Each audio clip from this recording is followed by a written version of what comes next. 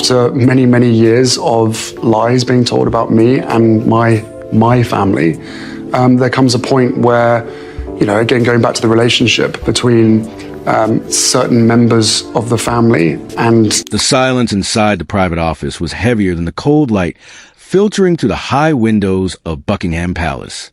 It was a moment that defied the usual pomp of royal life. There were no cameras, no trumpets, and no public statements rehearsed for the world to see. King Charles sat at his narrow desk, his hand hovering over a document that would fundamentally alter the structure of the monarchy. Beside him, William stood rigid, his presence a constant reminder of the deadline the institution had set for itself. For years, the tension had simmered like a pot ready to boil over, trapped between the promise of reconciliation and the harsh reality of administrative duty. The document before the king was not merely paper and ink. It was a sealed order that effectively removed the Sussex name from every active palace record. This was not a sudden burst of anger, but the culmination of months of behind-the-scenes negotiation, quiet arguments, and the agonizing realization that the middle ground had vanished.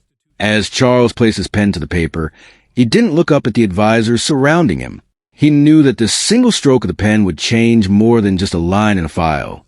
It was a definitive act that marked the Sussex designation for removal from every institutional system, including household departments, patronage registers, correspondence databases, and the court circular, the official record of royal duties. For Harry, who had spent his life navigating the complexities of palace protocols, this would feel like a final, irreversible closing of a door. The air in the room felt stagnant, charged with the weight of history and the personal cost of duty. Queen Camilla watched from the side, sensing that neither father nor son would leave this room without losing a piece of their past. The keeper of the Privy Seal stepped forward, ready to safeguard the official document. A red dispatch box, the symbol of royal authority, waited to receive the order. As Charles read the closing paragraph, his glasses slipped slightly down his nose. He paused, his voice barely a whisper, asking if correspondence regarding Harry's children would be affected. The advisor's confirmation was clinical. Future records would shift toward personal identifiers, stripping away the Sussex household label that had defined their public chapter after leaving Britain. The king's fingers tightened around his pen, his hesitation palpable. Yet, William remained immovable. The Prince of Wales was not looking for a temporary pause or another reprieve. He was demanding finality. He spoke to his father about the years of delay that had left staff, the public, and even the family trapped in a cycle of confusion. Every charitable project, every royal invitation, and every international appearance had been scrutinized under the lens of this disputed identity. Now, the palace was opting for a clean break. As the final signature was placed, the atmosphere shifted. A representative turned the first key. An officer of the Privy Council turned the second. The dual lock ensured that no single person could reverse the decision on a whim. The click of the lock echoed in the room, a sound that signaled the end of an era. The world outside remained completely unaware, but inside those walls, the dismantling of shared identity had already begun. The king's face was unreadable, a mask of duty shielding the underlying pain of a father who had just signed away the name he once hoped would bind his family together. Harry and Meghan, unaware of the gravity of the moment, were miles away, living a life that they believed was securely built beyond the reach of palace machinery. They didn't know that the bridge they thought was permanent had just been burned, leaving them to define their future in a world where their royal identity was no longer recognized by the institution from which they had departed. The notification did not arrive with the dramatic fanfare of breaking news or the flashing alerts of global media networks. It manifested as a quiet, chilling red rejection notice across a computer screen in California. A former Sussex aide, attempting to access a routine correspondence channel that had remained active for years, watched in disbelief as the system flashed a standardized warning. Designation no longer recognized. Within seconds, a ceremonial office returned an invitation, request bearing the same administrative rejection, stripping away the institutional padding that had softened their transition into private life. For Harry, the reality of the order struck when he tested the old family communications network himself. The system rejected his encrypted credentials within a heartbeat, forcing him to refresh the page twice before an automated prompt directed his inquiry toward a general external intake office. The Duke carried the portable computer slowly across the room, placing it wordlessly before Meghan, who sat surrounded by scheduling notes and philanthropic outlines. She read the terse rejection notice, her eyes tracing the clean, unyielding lines of bureaucratic finality, before she instinctively reached out to take his hand.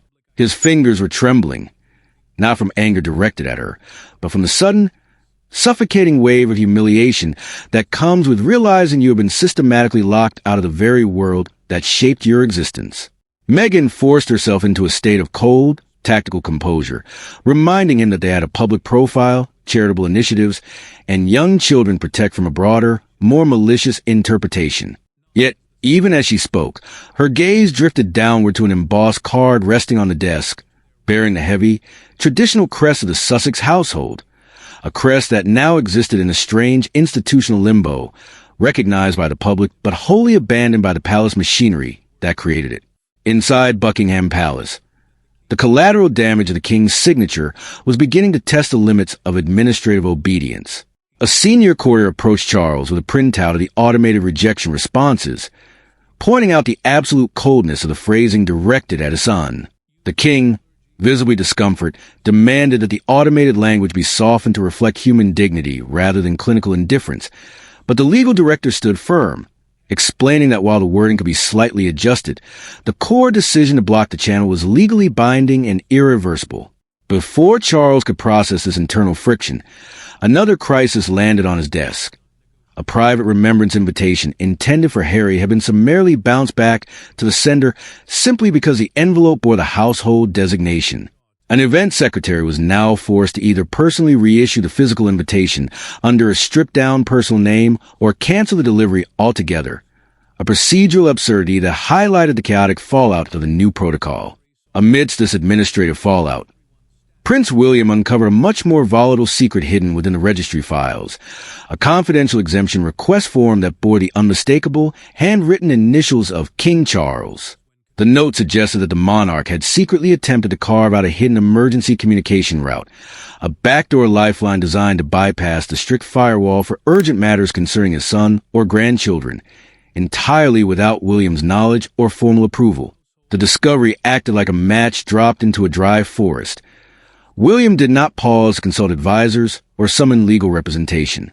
He took the paper directly to his father's private study, knowing that this closed-door confrontation would either heal the fracturing foundation of the crown or completely shatter the remaining trust between the reigning monarch and his heir. The heavy oak doors clicked shut behind the Prince of Wales, sealing him inside a room devoid of witnesses, secretaries, or external protection.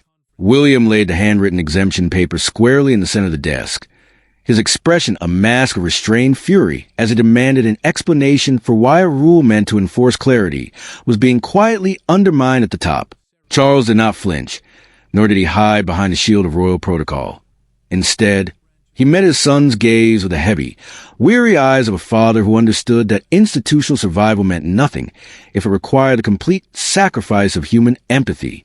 The king calmly explained that while he fully accepted the dissolution of the Sussex household as an active administrative body within the working monarchy, he would never endorse a system that effectively locked his own flesh and blood out of a life-or-death lifeline. He articulated the fundamental difference between the impersonal machinery of the state and the enduring bonds of family, arguing that an administrative reform should never become so rigid that it prevents a father from answering an emergency call from his child. William listened to the defense, his jaw tightening as he recalled every past instance where a special concession granted to Harry had inevitably morphed into a bitter public dispute over status, privilege, and perceived favoritism. The future king argued passionately that boundaries were the only thing protecting the institution from descending into endless chaos, warning that a single hidden exception would inevitably be weaponized by critics to prove that the rules apply to everyone except the monarch's favorite son. The argument reached a tense crescendo before Charles made a decisive concession, restructuring the proposed lifeline so that it carried no Sussex administrative code, no ceremonial privileges, and no household authority whatsoever, operating purely as a restricted personal channel managed solely by the king's private secretary for genuine medical or family emergencies. William ultimately added his signature beneath his father's initials, sealing a fragile compromise that kept a single-family bridge intact while leaving the broader institutional wall completely unyielding. Just as the ink dried on the amended paper, the secure desk telephone began to ring, signaling that the strict confidentiality of the palace order had finally been breached, and the outside world was waking up to a reality they were entirely unprepared to comprehend. By sunrise, the private order was no longer a secret confined to the high-walled offices of Buckingham Palace. News alerts began to cascade across Britain, lighting up screens before the palace could even issue a formal statement. Beneath a heavy, leaden sky, broadcasters and journalists gathered outside the palace gates, their cameras poised like sentinels awaiting a verdict. For some, the news was merely a necessary administrative housecleaning.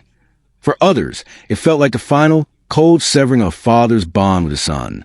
Yet, the true weight of the decision was best felt in the quiet moments near the Victoria Memorial, where a lone woman clutched a frayed, cherished wedding program from years past, its surface still bearing the now obsolete Sussex title. Beside her, a protester held a hand-painted sign that read, "A family name should not become a weapon," capturing the sentiment that divided the nation.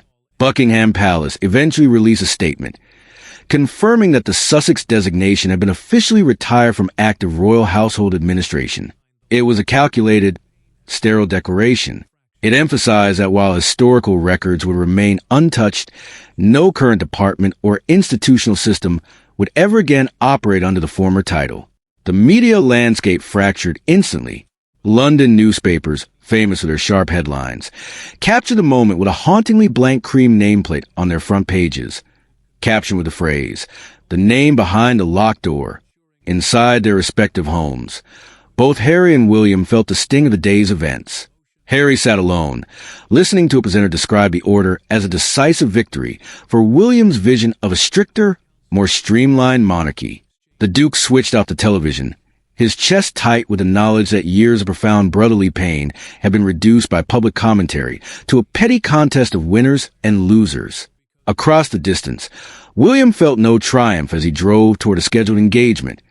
He saw his own name plastered next to words like victory and purge in every headline. He turned to Catherine, his voice low, insisting that the order was intended to create clarity, not to humiliate his brother.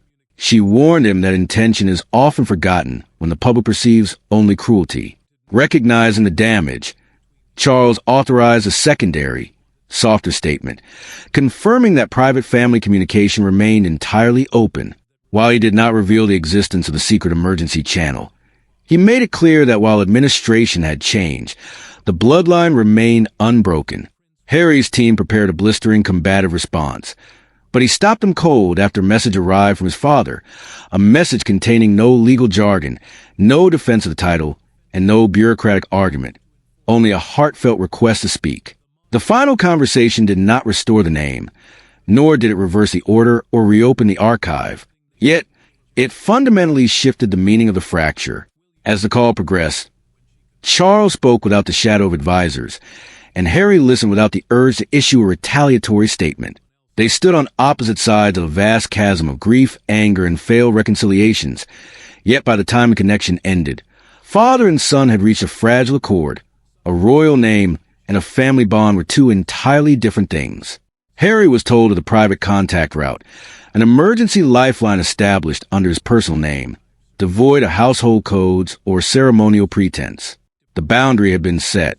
Harry told his father that while the decision to erase the name would always carry the sting of rejection, he would respect the palace's administrative authority, provided his children's history and their direct family ties remained protected.